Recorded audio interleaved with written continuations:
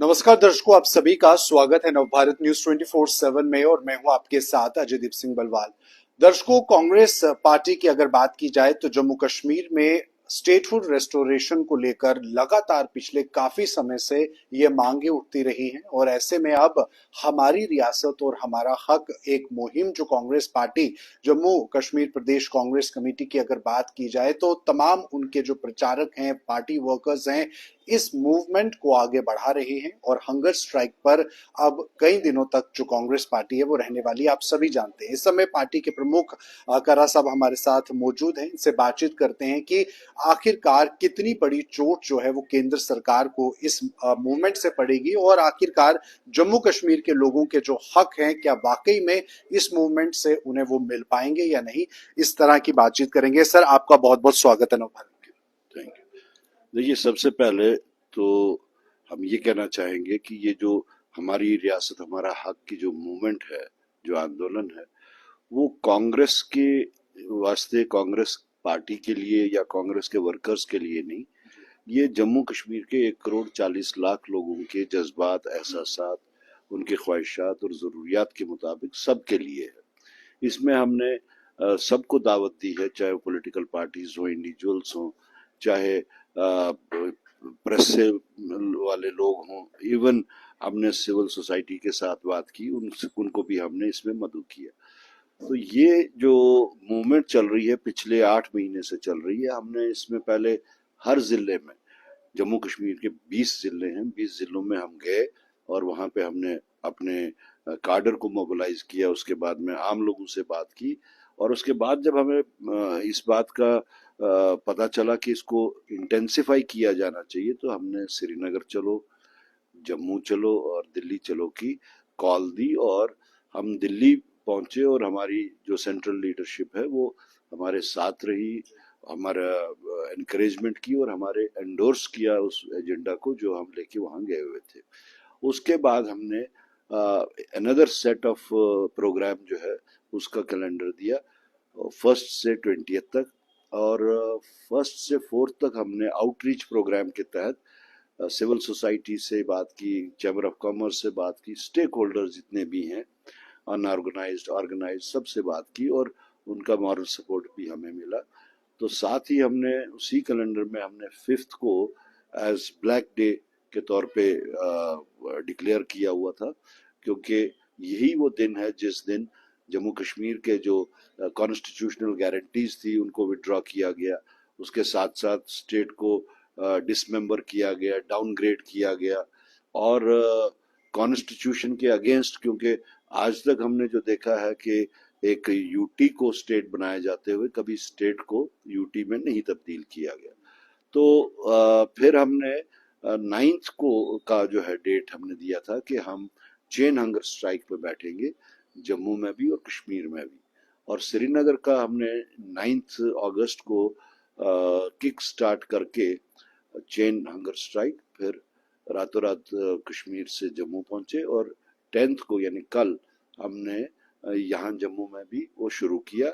और आज जम्मू जिला में तो दूसरा दिन है, कश्मीर जम्मू सूबा में और कश्मीर सूबा में तीसरा दिन चल रहा है हंगर स्ट्राइक का। जी जी, करा साहब, स्टेट फूड की बात करें तो जब जम्मू कश्मीर में चुनाव हुए, नई सरकार आई, आप इनडायरेक्ट तरीके से बाहरी रूप से एनसी को सपोर्ट कर रहे हैं। रिस्टोरेशन की मांग एनसी भी कर रही है। उमर साहब भी बहुत बार दिल्ली गए, मीटिंग्स हुई लेकिन नहीं हुआ।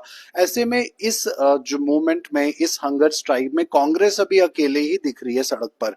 एनसी का क्या आपको समर्थन उस स्तर पर नहीं है? एनसी के कोई एमएलए आपके साथ नहीं दिखते या एनसी का आपके साथ नहीं जुड़ाव दिखता?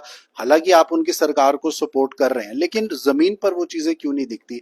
क्या कुछ फर्क है या सोच का फर्क है, या आपको क्या लगता है कि ये सिर्फ आप ही की, कांग्रेस पार्टी की ही लड़ाई रिस्टोरेशन को लेकर है? नहीं, कांग्रेस पार्टी की नहीं, ये 1,40,00,000 लोगों की है, बिला लिहाज मजहब मिल्लत, बिला लिहाज पार्टी वाबस्तगी, बिला लिहाज इलाकाई कौन कौन किस इलाके से रहता है। लेकिन जहां तक कांग्रेस पार्टी और नेशनल कॉन्फ्रेंस का ताल्लुक है, हम लोगों ने, इसमें कोई शक नहीं कि हम लोगों ने एक अलायंस स्टिच इन की है, जिसके तहत हमने प्री पोल अलायंस किया और सीट एडजस्टमेंट के तहत इलेक्शन लड़ा। कांग्रेस ने अपने मैनिफेस्टो पे इलेक्शन लड़ा और नेशनल कॉन्फ्रेंस ने अपने मैनिफेस्टो पे लड़ा।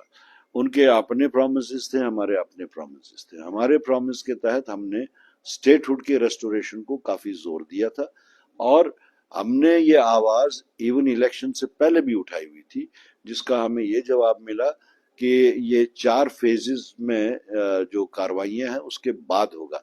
पहला उन्होंने कहा कि डिलिमिटेशन होगा, उसके बाद में उन्होंने कहा इलेक्टोरल रोल्स का रिवीजन होगा, तीसरा उन्होंने कहा कि फिर इलेक्शन होगा और चौथा कहा कि सरकार जब बनेगी उसके बाद इमीडिएटली उसके बाद में हम स्टेट का दर्जा जो है वो रेस्टोर करेंगे।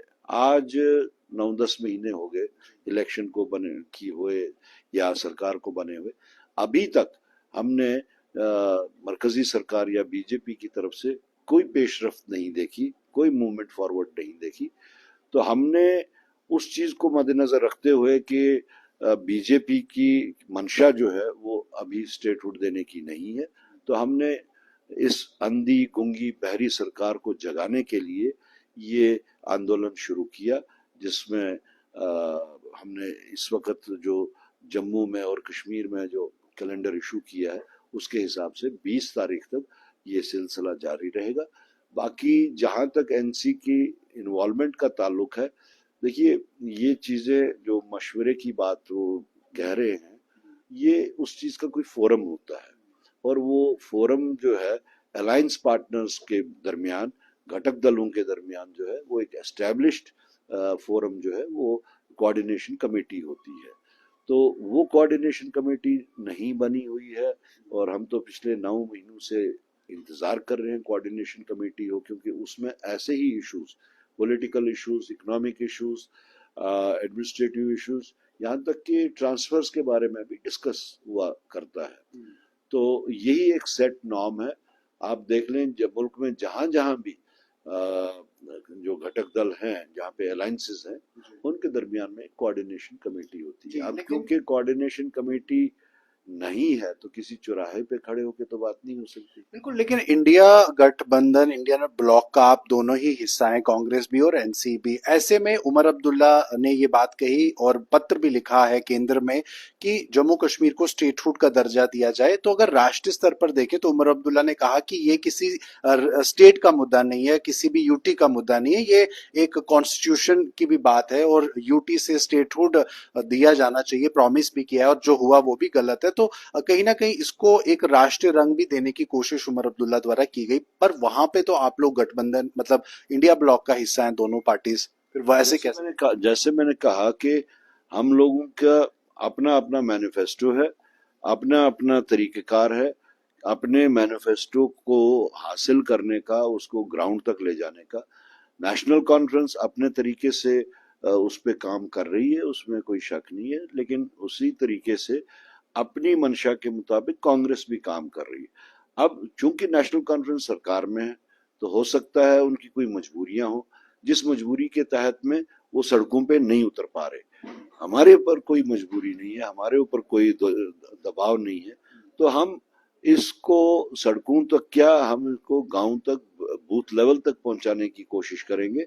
और बातचीत का जहां तक ताल्लुक है तो उसका एक एक फोरम जो है तो उसमें बातचीत होगी तो ठीक है। आपने मजबूरी की बात कही कि आपको लगता है कि केंद्र सरकार के कोई दबाव है, आप समझते हैं? क्योंकि पीडीपी की बात कही जाए तो महबूबा मुफ्ती द्वारा ये सवाल निशान एनसी पर खड़े किए गए हैं कि मौजूदा जो केंद्र सरकार है उसके आगे कहीं ना कहीं लड़खड़ा रही है एनसी सरकार। उमर अब्दुल्ला साहब, आपको लगता है कोई प्रेशर केंद्र सरकार की तरफ? नहीं, मैं किसी के ऊपर एस्पर्शंस नहीं कास्ट कर रहा, लेकिन ये हकीकत है जो लोग सरकार में होते हैं उनके ऊपर काफी उनकी मजबूरियां होती हैं, हर तरह की मजबूरियां होती हैं, पॉलिटिकल मजबूरियां होती हैं,